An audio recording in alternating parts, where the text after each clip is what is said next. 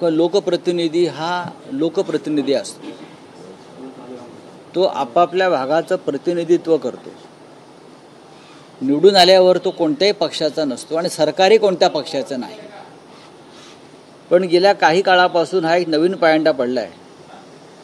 विशेषतः देवेंद्र फडणवीस आणि मिंदे यांच्या हातात सत्ता आल्यापासून जे आपल्याला पाठिंबा देणारे लोक आहेत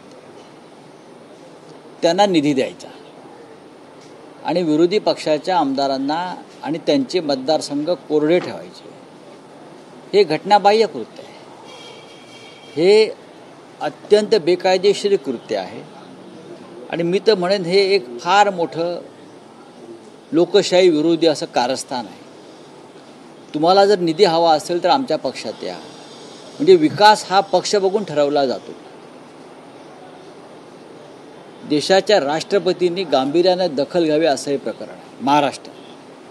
इतर कोणत्याही राज्यामध्ये असं घडलेलं नाही. जरी भारतीय जनता पक्षाची सरकारं काही राज्यात असली तरी हे उद्योग फक्त महाराष्ट्रात सुरू झाले आहेत. मला वाटतं की सध्या या राज्याला राज्यपाल नाही आहेत आणि अर्थात राज्यपाल असले तरी काही फरक पडत नाही, कारण ते सुद्धा भाजपचेच हस्तक असतात. हे प्रकरण न्यायालयात सुद्धा गेलं होतं, निधीचं असमान वाटप. आणि आता तर जे आमचे आहेत त्यांना त्याच आमदारांना निधी, मग इतर आमदार निवडून आलेले नाही आहेत का? इतर आमदारसुद्धा इतर पक्षातले प्रथमच निवडून आलेत अनेक ठिकाणी.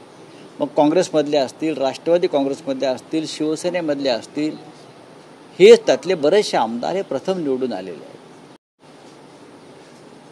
पण यांची डोकी फिरलेली आहेत. अहंकार आहे, मस्तवालपणा आहे.